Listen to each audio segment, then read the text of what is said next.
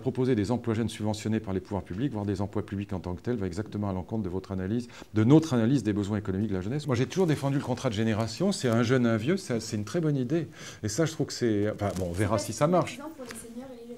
Non, parce que c'est plutôt un lien entre les générations qui est positif, parce qu'en plus c'est l'idée que les vieux vont... moi je dis les vieux parce que ce langage politiquement correct finit par m'exaspérer, mais enfin tout, on est vieux, voilà, il n'y a pas de mal à ça, on est jeune, il y a encore moins de mal. Bon. Mais l'idée c'est que, au fond, la compétence des uns va aider le dynamisme des autres, pour employer une formule un peu nunuche, mais qui dit bien ce qu'elle veut dire. Voilà.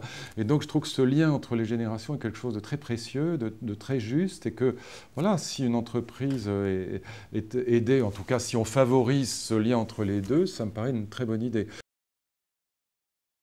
Et pour le coup, c'est des vrais emplois, parce que c'est des emplois dans les entreprises, c'est pas de l'emploi aidé dans les collectivités territoriales, les lycées, les CDI, etc. Parce que le problème des emplois jeunes, c'est que vraiment, on crée de la précarité, et quand ça se termine au bout de 6 mois, moi j'ai vu ça évidemment quand j'étais ministre, les gamins qui ont bénéficié de ces emplois sont désespérés que ça s'arrête.